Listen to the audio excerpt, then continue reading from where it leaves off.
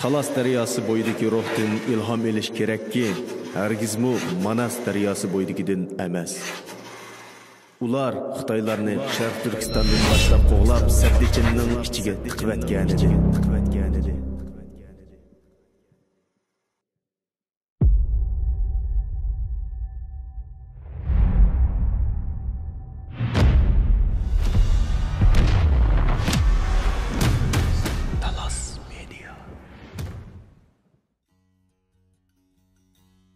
İlhan Töre Sağuni ve onun hayatı. Abduri Nurettin İzbasar. Avazda Tumaris Almaz.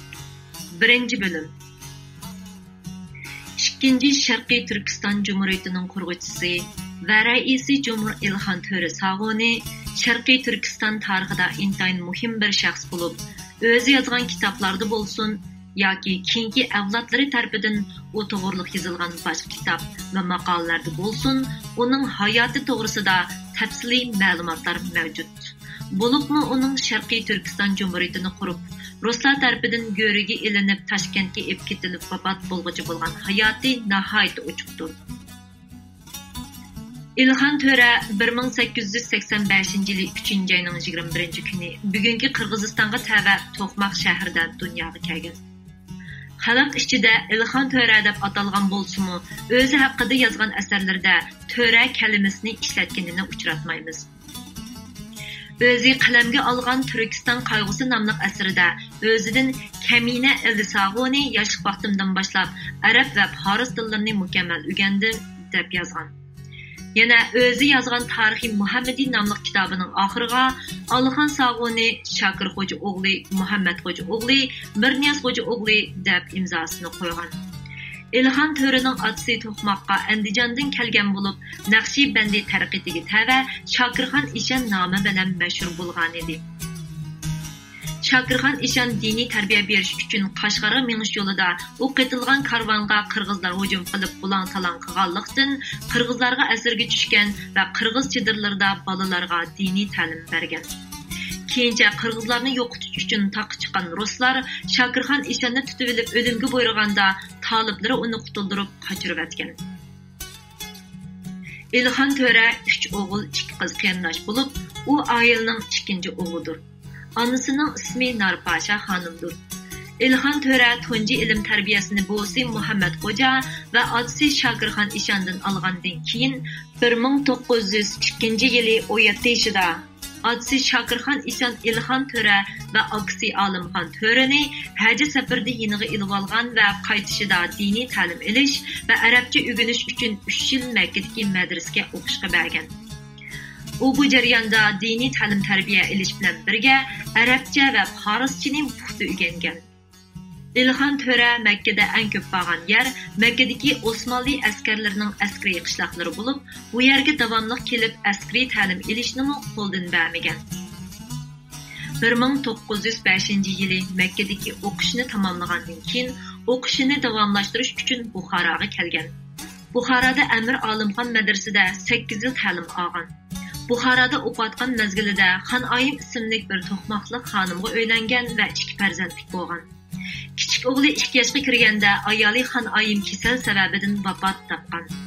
Xon Oyimning oilasi İlhan Töre Buxorodagi o'qishni tugatgandan keyin Xon Oyimning singlisi Tojixonni unga nikohlab bergan. İlhan Töre Buxorodagi o'qish jarayonida yana tibobat ilmini cho'nqurlab o'rgangan. Bu jarayonda o'ziga xos siyosiy ko'zqarashga va dunyo qarshi ega bo'lgan İlhan Töre kelajakdagi siyosiy hayoti uchun Buxoroda puxta asos solgan. 1913 yili Buxorodagi butun o'qishlarini tamomlab, To'qmoqqa qaytib tabiblik va baxmachilik bilan shug'ullangan. U To'qmoqqa qaytgan yillarda Char Rossiyaning Turkistondagi zulmlarga qarshi xalqni uyg'otishga ko'p kuch sarf qilgan va 1-dunyo urushida Osmonli davlati bilan Char Rossiya orasidagi urushda bevosita Osmonli davlatini qo'llashni xalq ichida tashabbus qilgan va Rossiya qo'shinlari ichida Osmonliga qarshi urush qilganlar mu'taddir deb fatvo bergan. 1916 yılı Jizzaxda Char Rossiyaga qarshi boshlagan isyon qisqa muddatda G'arbiy Turkistonning butun viloyatlariga kengaygan va İlhan Töre bu isyonga qatnashgan. Bu isyon ruslar tarafidan qonliq bostirilgan. İlhan Töre isyanga rəhbərlik qilgan boğaşqa ölüm cəzasına hüküm qilinib, tutuş buyrığı çıqırılgan və Toqmaqda turalmay Qashqarga keçishqa məcbur bolgan. Qashqarga bargandan keyin Qashqardagi Akbalning Buxara va Toqmaqdagidan natijasi ig'ir. Xalqning intayin nadon va g'aflatda ekanligini ko'rib nihoyatda afsuslangan va 1917-yili Bolsheviklar Char Rossiya hokimiyatini o'rbatgandan keyin burunqi jinoyatlarga qarta surishti qilmaslik buyrug'i tushirganlik xabarini anglab, Qashqardan yurti Toqmaqqa qaytib kelgan. Ammo G'arbiy Turkistonga yetib kelgan bolsheviklar kelibla sunniy ajarchilik paydo qilib, nurg'un kishilarning o'lib ketishiga sabab bo'lg'achqa, İlhan Törening qallasida o'rin olgan kommunizm tashviqotlariga qarata shubhalar paydo bo'lishga boshlagan. Bolsheviklarning Char hokimiyatidagi vahshiyligini ko'rgan İlhan Töre kommunizm haqida izlangan va ularning tashviqotlari bilan ijroatlari orasidagi osmon zamin cho'ng farqni ko'rgandan keyin Turkistonning taqdiri haqida jiddiy o'ylashga va chiqish yo'li izlashga boshlagan. 1919-yili Soqulluq va Beshkek atrofidagi tunganlarning bolsheviklarga qarshi isyoni bostirilgandan keyin ruslar bozor maydonida 800 dan ortiq tunganni xalqning oldida o'q tutib o'ldirgan. Buni ko'rgan İlhan Töre kommunistlarning yer yuzidagi eng qo'rqinchli kishilar ekanligini bilib yetgan. Ruslarga qarshi isyon ko'targan tunganlarning yo'lboshchilari İlhan Törening taliblari bo'lib, isyon bostirilgandan keyin İlhan Töre'ga tutush buyrug'i chiqarilgan va İlhan Töre ikkinchi qatim Qashqarga ketishga majbur bo'lgan. Bu vaqtda İlhan Töre 34 yoshda edi. Davomi bor.